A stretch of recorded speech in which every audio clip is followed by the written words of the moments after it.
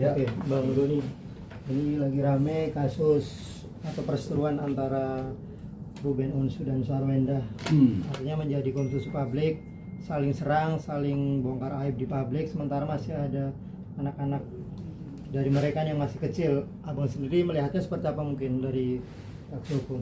Ya, ini kan konsekuensi logis terhadap perceraian yang korban akhirnya anak. Apapun kejadiannya, apapun permasalahannya, kalau perceraian otomatis korbannya adalah anak. Apalagi ini kan kita lihat anak-anak masih di bawah umur yang tentunya masih perlu bimbingan kedua orang tuanya. Tidak hanya ibunya, tidak hanya bapaknya, tapi kedua-duanya yang mestinya harus itu tetap dijaga. Tapi ini tidak bisa terhindarkan. Nah, tinggal kedua orang tuanya bagaimana menyikapi untuk mendidik anak, membesarkan anak, memberikan tabiat, sikap yang baik, sopan, santun.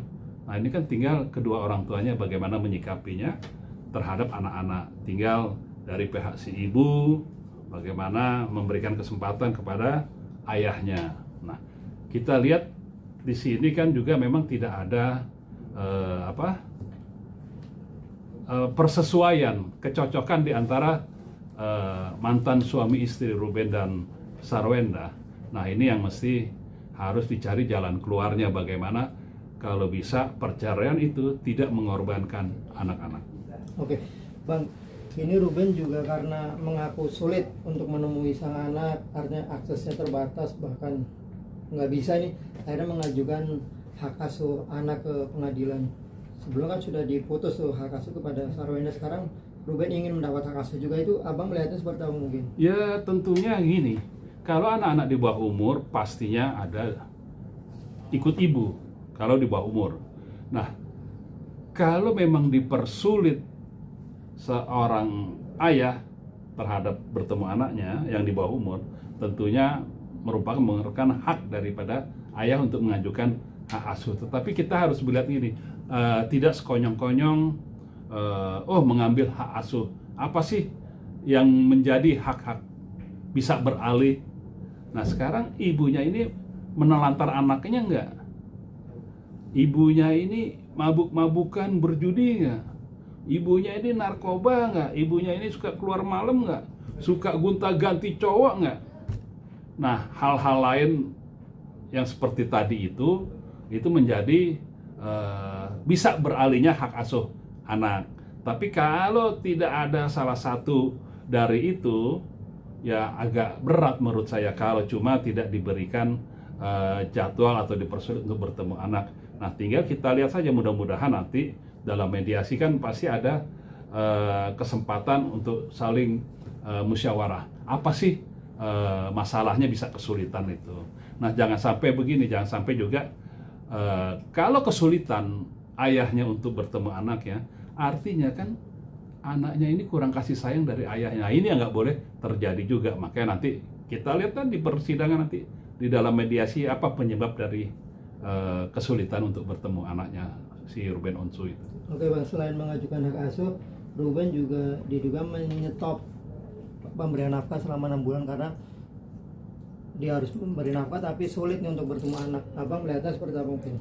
Nah, ini ya saya nggak bisa benarkan sebenarnya ya. Nggak bisa benarkan, kenapa saya bilang nggak bisa dibenarkan? Ya kan anak nggak bisa kebutuhannya di stop. Anak itu kan harus tetap berjalan. Makannya, pendidikannya, ya, kesehatannya kan nggak bisa di stop. Harus terus bergulir. Saya rasa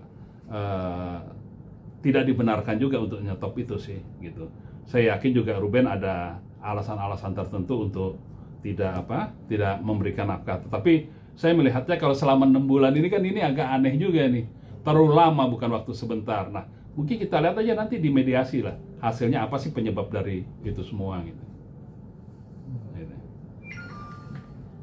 Diperbolehkan nggak sih Kang mungkin ya dalam sudut pandang hukum gitu ya, untuk apa ini strategi mereka untuk memenangkan hak asuh seperti itu Kang?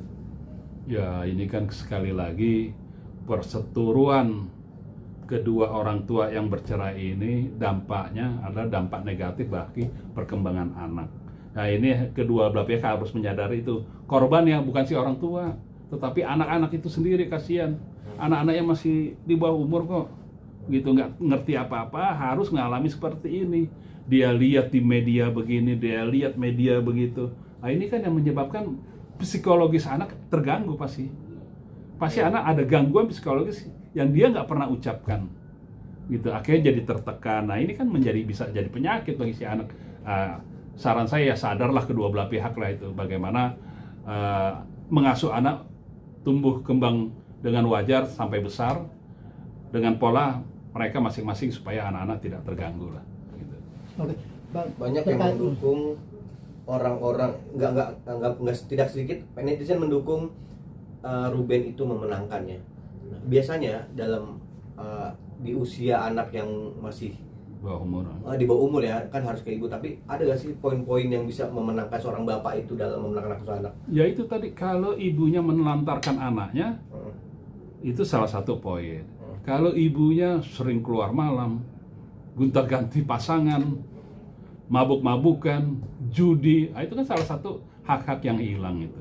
Nah jadi apakah di dalam hal-hal itu tadi ada nggak masuk di dalam situ yang digugat Ruben itu? Atau juga mengeksploitasi anak. Nah, ini juga penting ini, mengeksploitasi anak secara sebenarnya tanpa sadar mungkin ya.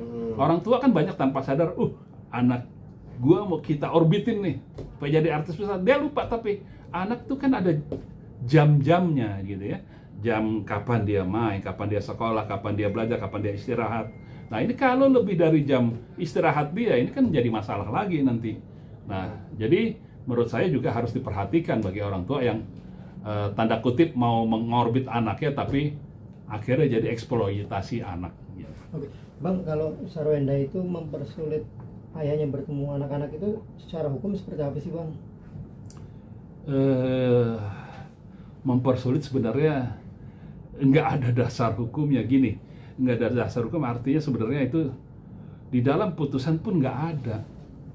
Mempersulit, sanksi hukumnya apa gitu kan, nggak ada. Yang memberikan akses. Mau dipidana, mau laporin pidana apa, ngelapin anaknya Sarwenda gitu kan, gitu, anak di bawah umur juga. Jadi agak sulit memang.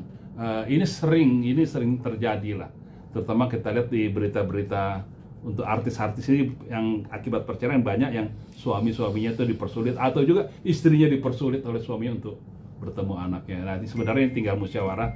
Saya rasa ada baiknya tadi itu dari pihak Ruben mengajukan hak asuh anak, nanti di mediasi itu bisa dibicarakan sebenarnya kendalanya apa, begitu. Oke, Bang, kalau saling membuka aib, umbar aib di media sosial, ada nggak sih harusnya peran seorang penasihat hukum yang mendampingi, mengerem atau justru menyetop itu? Ya wajib, namanya penasihat hukum menasihati secara hukum, berdasarkan hukum. Nanti kan kalau kebablasan kan nanti ada undang-undang ITE, nanti ada pidananya lagi. Nah itu tugas dari penasihat hukum ya seperti itulah, untuk memberikan masukan, memberikan arahan supaya tidak melanggar koridor-koridor hukum. Gitu. Itu kewajiban seorang PH lah itu.